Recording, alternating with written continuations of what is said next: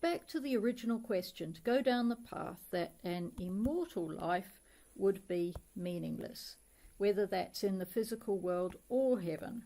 Heaven is defined as a maximally desirable existence that lasts forever. Heaven is impossible for humans, according to Metz. We would eventually get bored in an immortal life.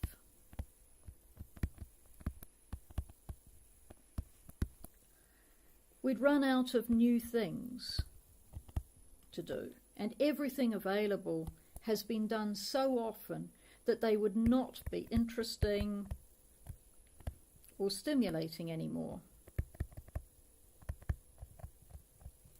If boredom is meaningless, we'd be doomed to eventual meaninglessness.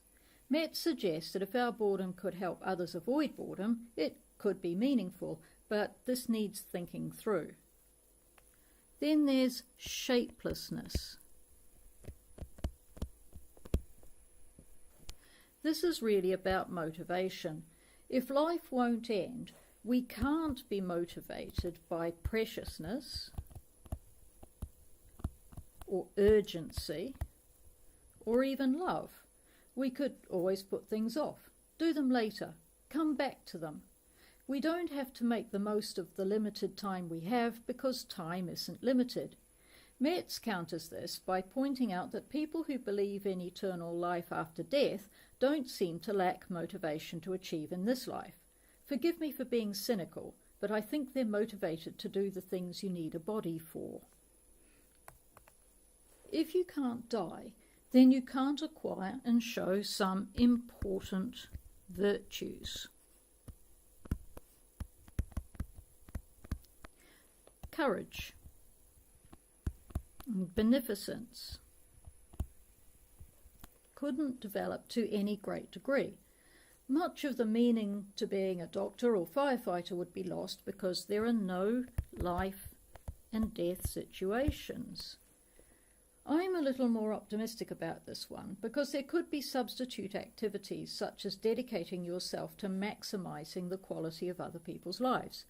Maybe we can't be heroes, but not many of us aspire to do that, do we? The courage one is difficult, but courage is a notoriously difficult virtue to fit into theories anyway, so I'll leave it to you to work out a view on this. Repetition is not the same as boredom. In an immortal life, there are activities you have to do over and over and over until any possible contribution to meaning, if there even was one, has been exhausted and you still have to do it. My interpretation of this point focuses on the fact that it's still a human life, and even if you can't die, you have to keep your body in good repair. You still have to eat and acquire resources. You need to look after yourself. An immortal life in a run-down body is not appealing, nor is the prospect of having to get meals every day forever. Cooking them, buying them, scrounging them, however you do it, risks reducing the meaningfulness of life the more you do it. And heaven is no better. You spend eternity doing what? Wouldn't any endless repetition become undesirable after a while? Some lives seem more meaningful than others. Metz trots out the standard examples. Pick your own favourite meaningful life and your own favourite meaningless one. The intuition here is that the longer the life, the more meaningful it can be. For people doing very meaningful activities, the longer they have to do them, the better.